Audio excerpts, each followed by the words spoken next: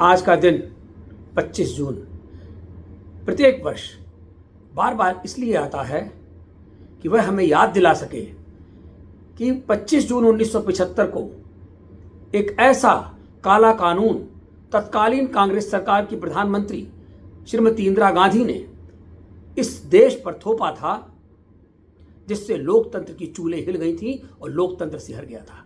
वह याद दिलाती है यह तारीख आकर के कि कोई संवैधानिक पद पर बैठा हुआ व्यक्ति भी संविधान को अपने हाथ में ले सकता है, कानून का गला घोंट सकता है।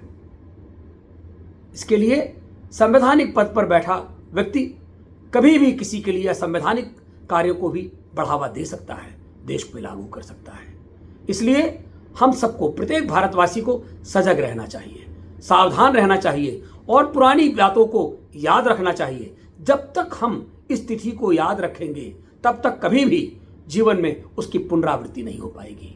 साथियों, यह वह समय था कि इस पूरे विश्व के सबसे क्रूर और तानाशाह शासक ने भी जो क्रूरता दिखाई, वह क्रूरता भी इस आपातकाल इमरजेंसी के आगे फीकी पड़ गई थी। लोग अपने घरों में भी सुरक्षित नहीं थे, सड़कें सूनी हो गई थी, चारों तरफ हाहाकार मचा था। या तो लोग सलाखों के पीछे थे या वह ऊपर भेज दिए जा रहे थे। कितने लोग कहाँ चले गए, पलायन हो गया, उनका पता नहीं चला। कोई भी व्यक्ति पूरे देश में ना तो चैन की नींद सो पा रहा था और ना ही सुख का भोजन ले पा रहा था।